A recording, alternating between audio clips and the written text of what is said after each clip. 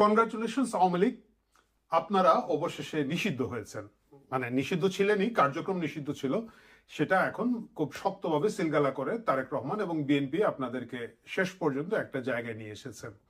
আমি জানি আমার অনেক দর্শক আওয়ামী লীগ সমর্থন করেন এবং মনে মনে আওয়ামী লীগকে ভালোবাসেন, প্রকাশ্যে আওয়ামী লীগকে ভালোবাসেন, এবং তারা খুব ক্ষেপে যাবেন, ভাই আমাদের উপরে এত বড় বিপদ এসেছে এবং আপনি কনগ্রাচুলেট করছেন কেন? ট্রাস্ট মি, এই যে কাজটা যেটা হলো আপনাদের ক্ষেত্রে, এটা আসলে আপনাদের জন্য ভালো হয়েছে। আসুন আজকে আমরা সেটা নিয়ে কথা বলি। এর আগে আমি একটা ছোট্ট গল্প বলি, গল্প না, ঘটনা সত্য। যেটা হচ্ছে, আমার এক বন্ধু ছিল যে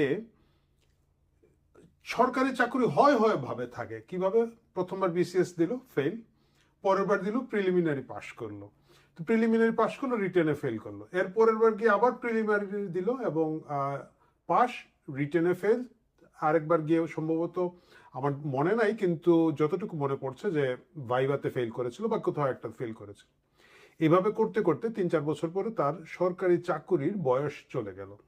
সে ব্যাপক খুশি। তো আমরা খুব অবাক, আহারে তোর সরকারি চাকুরির বয়স চলে গেল, বিসিএস হলো না। যদিও তখন এত বিসিএস এর ক্রেজ ছিল না। তো বললো যে না বন্ধু, আমি খুব খুশি। কেন খুশি? যে দেখ, আমার সাথে তোমরা যারা আছো, তোমরা সকলেই বিভিন্ন কাজে কর্মে ঢুকে গেছো, কিন্তু আমি প্রত্যেক বছরই যে আগামীবার বিসিএস দিতে পারবো, আগামীবার হবে বলে পড়তেই আছি, প্র্যাকটিসে আছি, কোচিং করে যাচ্ছি, কিন্তু বাস্তবে আমি আসলে আর অন্য কোনো কাজ করতে পারছিলাম না। এখন যেটা হলো, আমার পরিষ্কার হয়ে গেল যে আমার আর সরকারি চাকরির বয়স নাই। Now I can focus on my life. আমি আমার জীবনের দিকে লক্ষ্য রাখতে পারবো, আমার কি করা উচিত, কিভাবে করলে আমি এগিয়ে যেতে পারবো, এটা নিয়ে এখন ভাববো। আওয়ামী লীগের যে বড় সমস্যাটা ছিল, হঠাৎ করে তারা ক্ষমতাচ্যুতির পরে এক ধরনের হতভম্ব অবস্থা ছিলেন, এবং এই হতভম্ব অবস্থা থেকে তারা উদ্ভট উদ্ভট সব কাল্পনিক স্বপ্নের মধ্যে বাস করতেন। আমি দেখেছি, অনেককেই দেখেছি। আমি সাধারণত না, কখনোই কারো নাম বলে বিব্রত করব না, কিন্তু অনেক নেতার সাথে, ধরেন জুলাই আগস্টের পরবর্তীতে 24-এর পরে যারা বিদেশে আছেন, বিভিন্ন সময় তাদের সাথে ইন্টারাকশন হয়েছে, ইউটিউবের চ্যানেলের স্বার্থে হয়েছে বা বিভিন্নভাবে হয়েছে, এবং আমি দেখেছি এটা আছে। তারা এক ধরনের কল্পনার মধ্যে ছিলেন, এবং এই ডিনায়াল মুডে থাকায় তাদেরকে যখন বাস্তবতা বোঝানোর চেষ্টা করা হতো, তারা খুব ক্ষেপে যেতেন। যেমন ধরেন, প্রথম দিকে তারা একটা আশা করলেন যে ভারত তাদেরকে এনে ক্ষমতায় বসিয়ে দিবে। তো আমি দু একজনের সাথে যখন কথা প্রসঙ্গ আসে, তা আমি বললাম যে শুনেন, এর চেয়ে বড় ক্রাইসিস আওয়ামী লীগের ছিল 15ই আগস্ট 1975 সাল। বঙ্গবন্ধুকে তার পুরো পরিবার সহ নিশ্চিহ্ন করে দেওয়া হলো। তখন ভারতের ক্ষমতায় কে আছেন? ভারতের ক্ষমতায় আছেন ইন্দিরা গান্ধী, একেবারে বঙ্গবন্ধুর সাথে যার রাজনৈতিক মিত্রতা, মানে প্রচন্ড রকমের মিত্রতা। এবং সেই সময়ও কিন্তু ভারত বাংলাদেশে এসে কোনো হস্তক্ষেপ করেনি। করার সুযোগ অনেক বেশি ছিল। তখন বাংলাদেশ সেনাবাহিনীর যে অবস্থা ছিল, তখন সেনাবাহিনী অনেক বিশৃঙ্খল, পাল্টা কু হচ্ছে, নতুন একটা তরুণ সেনাবাহিনী তৈরি হচ্ছে, বাংলাদেশের অর্থনীতির অবস্থা ভালো না। মাত্র ভারতের সেনাবাহিনী বা ভারতীয় বাহিনী এই দেশের মধ্যে এসে গিয়েছে, এই দেশের ভিতরের সব খোঁজখবর তারা জানে। মাত্র 1971 সালে তারা এখান থেকে যুদ্ধ করে গিয়েছেন। আমি বললাম যে ইন্দিরা গান্ধীর মতো লোক কোনো স্টেপ নেয় নাই, কারণ এটা হচ্ছে স্টেট টু স্টেট, রাষ্ট্র টু রাষ্ট্র ব্যবস্থা। এখানের মধ্যে কোনো দলকে, গোষ্ঠীকে ভালোবেসে অন্য একটা দল, দেশ এসে কিছু করবে না, ভারতের মতো ম্যাচিউর দল করবে না। ওনারা মহা ক্ষিপ্ত আমার উপরে। মানে এটা কি বলেন আপনারা, এই নিরাশ করে দেন টাইপের আর কি, যে আপনারা খারাপ লোক, আপনারা এটা। ঠিক আছে, গেল। দ্বিতীয়ত জিনিসটা হলো, আমরা যখন জেনারেল ওয়াকারের বিরুদ্ধে কথাবার্তা বলা শুরু করলাম, যে এটা আসলেও এক ধরনের বেইমান বলেন, অথর্ব বলেন, আমি দেশের নিরাপত্তার দায়িত্ব নিব বলার পরে গোটা দেশকে নিরাপত্তাহীনতার মধ্যে ফেলে দিয়ে তার সেনাবাহিনী কাঁধে নাহিদ ইসলামকে নিয়ে ঘোরাঘুরি করছে, এই যখন অবস্থা, তখনও এই দুলাভাইয়ের প্রতি আওয়ামী লীগের শালাদের, যেহেতু মানে ওই কোন কাজিনের না বোনের হাজব্যান্ডের জন্য, খুবই আশা ভরসা এবং ভালোবাসা। আমরা যখন একটু ইউটিউবে বা ফেসবুকে তার বিরুদ্ধে লেখালেখি করতাম, আমার অনেক বন্ধু বান্ধব যারা ধরেন আওয়ামী লীগ সমর্থক, তারা খুব রাগ করত। তাদের কথা হচ্ছে, হ্যাঁ একটা খেলা আসতেছে, দেখবা, দেখে নিবা, ওইদিকে চুপ্পু, ওইদিকে ওয়াকার মিলে কিছু করে ফেলবে। তো আমি বুঝতাম না, যে লোক মাত্র কয়েক মাস আগে একটা বিরাট বেইমানি করলো, তারপরেও আওয়ামী লীগ কেন তার উপরে ভরসা করবে। যাই হোক, সেই স্বপ্ন থেকে তাদেরকে বেশ কিছুদিন লেগেছে, যখন গোপালগঞ্জে ওয়াকার 5 দিন পুরো জেলাকে বন্ধ করে লোকজনকে হত্যা করা শুরু করলো তার সেনাবাহিনী দিয়ে, তারপরে গিয়ে কিছুটা হুশ জায়গায় এসেছিল। তারপরে তাদের তৃতীয় আশাটা হলো কি, যে এই ইউনূস সাহেব চলে গেলে একটা পলিটিক্যাল অবস্থা আসবে, পলিটিক্যাল গভর্নমেন্ট আসবে, এবং যেখানে মির্জা ফখরুল ইসলাম আলমগীর বলেছেন যে আমরা দল নিষিদ্ধের পক্ষে না, জনগণ নিষিদ্ধ করবে, এইসব শুনে তাদের একটা বিরাট আশা, ভালোবাসা তৈরি হলো। এবং তখন যখন আমরা বলতাম যে ভাই বিএনপির কি ঠেকা পড়েছে আপনাকে আপনাকে স্পেস করে দেওয়ার জন্য, এটা তো পলিটিক্স, আপনি তো তাকে স্পেস করে দেন নাই, সে আপনাকে স্পেস করে দিবে না, এখন তার সুদিন আছে, আপনার দুর্দিন আছে, আরে না এইটা হবে ওইটা হবে ইত্যাদি। এখন সব কথার শেষ কথা হচ্ছে এই যে আওয়ামী লীগের বিচার শেষ না হওয়া পর্যন্ত কার্যক্রম নিষিদ্ধ, দল নিষিদ্ধ না কিন্তু, এবং সেটা শুধু আওয়ামী লীগের না, আওয়ামী লীগ, তার সহযোগী সংগঠন, তার সহপাঠী সংগঠন, তার আরো কি কি সংগঠন সহ কিন্তু বিরাট আইনটা, এবং ভাতৃপ্রতিম সংগঠন, মানে যদিও আমি জানি না কেন ভগ্নিপ্রতিম কিছু সংগঠন, ভগ্নিপ্রতিম শব্দটা কেন ডক্টর ইউনূস লাগিয়ে যায় নাই তখন, এটা একটা জেন্ডার বায়াসনেস, বাট ভাতৃপ্রতিম সংগঠন সহ সবার কার্যক্রম বন্ধ থাকবে, সেটাই ছিল ডক্টর ইউনূসের আইন। এবং সেই ইউনূসের আইনটাকেই সালাউদ্দিন সাহেবরা, বিএনপি তারেক রহমান সিলগালা করলেন সম্প্রতি। এতে আওয়ামী লীগের কি লাভ হলো? এখন আওয়ামী লীগের কিছুটা হুঁশ আসতে পারে, এখন আওয়ামী লীগ বুঝতে পারবে যে ডিনায়াল মোডে থাকলে লাভ হবে না। আমরা অনেক সময় দেখি যে লোকজন আসলে ডিনায়াল মোডে থাকে, বিশ্বাস করতে চায় না যে এটা তার উপরে এসেছে। যখন ওই জায়গা থেকে সে সরে, তখন তার পক্ষে প্ল্যান করা সুবিধা হয় যে ভাই তাহলে ঠিক আছে, এটা বিপদ এসেছে, এখন এই বিপদের কি বলা যায়, বিকল্প হিসাবে আমি এখন কি পথ নিয়ে আমি বের হব। আমার ধারণা এখন আওয়ামী লীগের এই জিনিসটা ভাবার সুযোগ এসেছে, সময় এসেছে। আমি খুবই দুঃখের সাথে বলতে হচ্ছে যে আওয়ামী লীগ আসলে তার 2014 সালের পর থেকে 24, যদি 10 বছর বলি, রাজনীতি করে নাই, সংগঠন করে নাই, গোটা সরকারটাই মূলত নির্ভরশীল ছিল দুটো জিনিস। একটা হচ্ছে একটা জনসমর্থন ছিল, কারণ যেহেতু অর্থনীতিটা ভালো চলছিল, যেহেতু বেশ কিছু মেগা প্রজেক্ট দৃশ্যমান হচ্ছিল, জনগণ আসলে মুখ ফিরিয়ে নেয় নাই, এইটা একটা সুবিধা ছিল।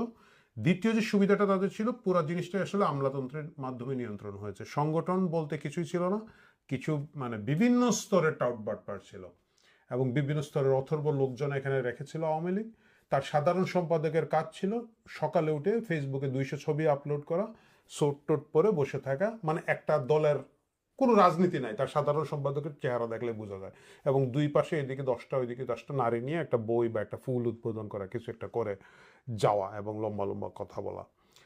এই জায়গা থেকে ওই আশায় যদি বসে থাকেন তাহলে কিন্তু কিছু হবে না। জুলাই আগস্টের পরবর্তীতে আমি দেখেছি বহু আওয়ামী লীগের নেতাদের সাথে কথা বলে, দে হ্যাভ নো আইডিয়া ভাই কি হচ্ছে। হ্যাঁ, যখন আপনি জিজ্ঞেস করেন, অনেক কাজ হচ্ছে বুঝছেন, খুব সিরিয়াস, এবং এরা অনেকে মহা উৎসাহে ফেসবুকে কি দেয় যেন, স্ট্যাটাস দিয়ে দেয়, অচিরেই সুখবর পাবেন, এই কালকেই পাবেন, পরশু যদি আপা চলে আসেন, কে কে এয়ারপোর্টে যাবেন, হাত তোলেন হাত তোলেন।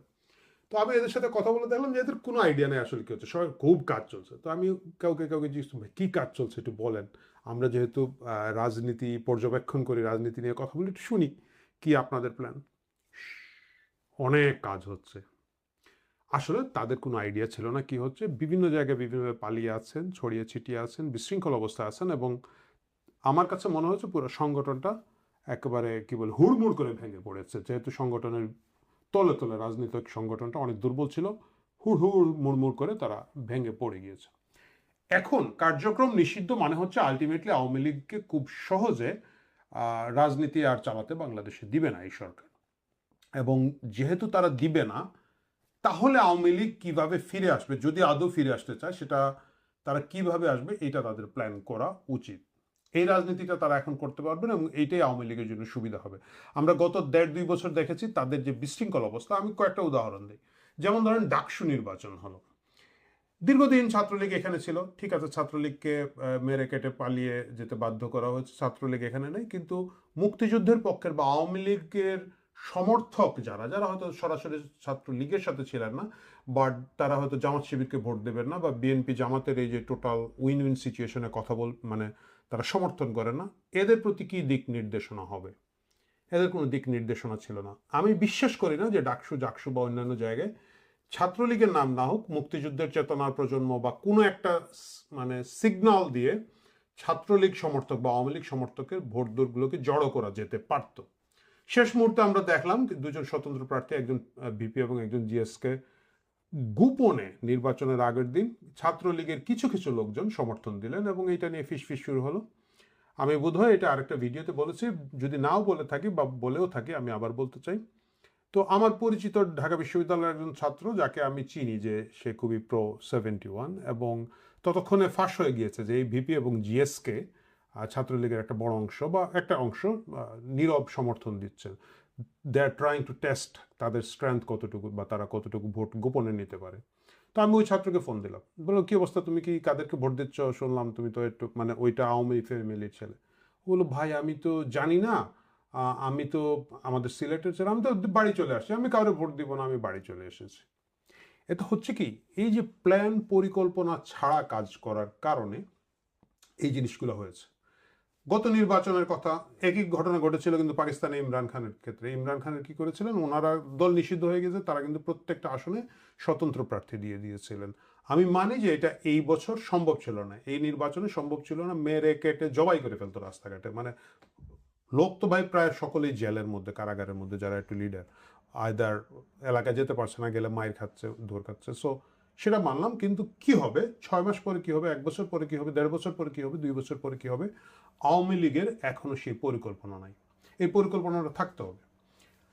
ছাত্রলীগের কিছু নেতা আছেন, আমি দেখি যে সাবেক নেতা, তারা এখন স্ক্রিনশট ফাঁস করেন। কিভাবে স্ক্রিনশট ফাঁস করেন? এই যে ডাকসু বিপি সাদিক কাইয়ুম বা অমুক 1977 সালে, মানে 77 কথার কথা, 2018 সালে আমাকে মেসেজ দিয়ে ভাই ভাই করেছিল, স্ক্রিনশট দিল।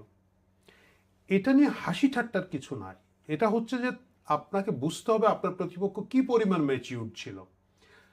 ডাকসুর এখন যিনি জিএস আছেন, তাকে আমি দেখেছি একটা সাক্ষাৎকারে বলেছেন যে উনি খুব পাহাড়ি একটা এলাকায়, পার্বত্য কোনো একটা জেলায় মানে ছিলেন। উনি বলছেন যে আমি জীবনে কল্পনা করি নাই যে চট্টগ্রাম শহরে এসে পড়বো। আমার সংগঠন আমাকে উৎসাহিত করেছে, যে প্রথমে আমার সংগঠনের লোকজন আমাকে গিয়ে বলেছে যে কলেজ এসে চট্টগ্রামে করতে হবে, এবং তাকে কিন্তু ঢাকা বিশ্ববিদ্যালয়ে পাঠানো হয়েছে। কত সালের কথা? সেই 17, 18, 19, 20 সালের কথা।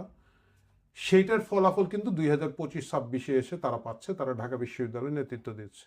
10 বছর 5 বছর আগে থেকে তারা লোক সারা বাংলাদেশ থেকে জড়ো করে, তাদের যারা সম্ভাবনাময় মনে হয়েছে তাদেরকে এখানে এনেছে। এটা কি আওয়ামী লীগের ফ্যামিলির লোকজন যারা বাংলাদেশে বিভিন্ন জায়গায় আছে, কেউ বলতে পারবেন? বা বাদ দেন, এখন আওয়ামী লীগের কথা বাদ দেন, ওরা এই মুহূর্তে বিপদে আছে। ধরেন বিএনপি এখন তো ক্ষমতায় আছে, এই আমার ভিডিও যারা দেখছেন কেউ কি বলতে পারবেন তাদের কারো কোনো এলাকায় বিএনপির কোন লোকজন গিয়ে, নেতা গিয়ে, ওই এলাকায় বিএনপি ফ্যামিলিরই একটা ছেলে যেহেতু একটু ভালো ফলাফল করেছে বা একটু লেখাপড়ায় ভালো, তাকে বলেছে যে আসো সংগঠন তোমাকে হেল্প করবে, তোমাকে একটা জেলা শহরে পাঠাবো বা বিভাগীয় শহরে কলেজে যাবা, অথবা ঢাকায় যাও, ঢাকা কলেজে ভর্তি পরীক্ষা দাও, আমরা তোমাকে সমর্থন দিচ্ছি, ঢাকা বিশ্ববিদ্যালয়ে ভর্তি পরীক্ষা কিভাবে হয় আমরা তোমাকে শিখিয়ে দিচ্ছি, তোমাকে একটা কোচিং এর ব্যবস্থা করে দিচ্ছি, ঢাকায় দিচ্ছি। তো আপনি তো গাছ লাগান না ভাই, 5 বছর পরে আপনি ফল কিভাবে খাবেন? 10 বছর পরে আপনি ফল কিভাবে খাবেন? গাছ এইগুলা ওই যে উর্বর পলি মাটির মধ্যে যেভাবে অটোমেটিক হয়ে যায়, এইগুলা থেকেই অধিকাংশ ক্ষেত্রে আপনারা পেয়ে থাকেন। এবং এটার মারাত্মক ব্যাপার আছে। যাই হোক, সেই দিকে আমি না যাই, আওয়ামী লীগের মূল ফোকাসের মধ্যে থাকি। আমার কাছে এখন মনে হচ্ছে যে আওয়ামী লীগকে বুঝতে হবে এনাফ ইজ এনাফ। তাদেরকে এখন এনাফ ইজ এনাফ বুঝে তাদেরকে কিছু কাজ করতে হবে। যেমন নাম্বার 1, তাদের কথা বলার চ্যানেলটা কি হবে? অফিসিয়ালি তাদের একজন মুখপাত্র দরকার, তাদের একটা টিম দরকার যারা মিডিয়া ম্যানেজ করবেন, যারা মুখপাত্রকে সমর্থন করবেন, তাদের একটা টিম দরকার যারা গবেষণা করবেন, তাদের লিগ্যাল টিম একটা তৈরি করার প্রয়োজন। সারা বাংলাদেশে তাদের নেতাকর্মী কতজন জেলে আছেন, কতজন জামিনে আছেন, কতজন পলাতক আছেন, তাদেরকে কিভাবে সমর্থন করা যায়। বিচ্ছিন্ন বিশৃঙ্খলভাবে বিভিন্ন জায়গায় হচ্ছে, প্রত্যেক মানুষকেই তো তার বেঁচে থাকতে হয়, সে তার মতো করে তার এলাকায় করছে, কিন্তু কোনো ধরনের কেন্দ্রীয় ডাটাবেস ম্যানেজমেন্ট কিছুই নাই। আজকাল আমি জানি আপনি বলবেন যে অধিকাংশ নেতা কর্মী হয় মানে কারাগারে আছেন, দেশের বাইরে আছেন, অথবা পলাতক আছেন। অনলাইনের যুগে এটা আমি মনে করি না খুব একটা বড় সমস্যা, যদি না তারা তাদের মতো প্রস্তুত হতে চান। আগামীতে স্থানীয় সরকার নির্বাচন আসছে, ঢাকা সিটি কর্পোরেশন সহ বাংলাদেশের বড় সিটি কর্পোরেশনগুলোতে নির্বাচন হবে, উপজেলা নির্বাচন হবে, ইউনিয়ন পরিষদ নির্বাচন হবে। এগুলোতে তো আওয়ামী লীগের নামে অংশ নিতে পারবে না। তাহলে তাদের নেতা কর্মীরা কি করবেন? তারা কি অংশ নেবেন? এই সিদ্ধান্ত নিতে হবে।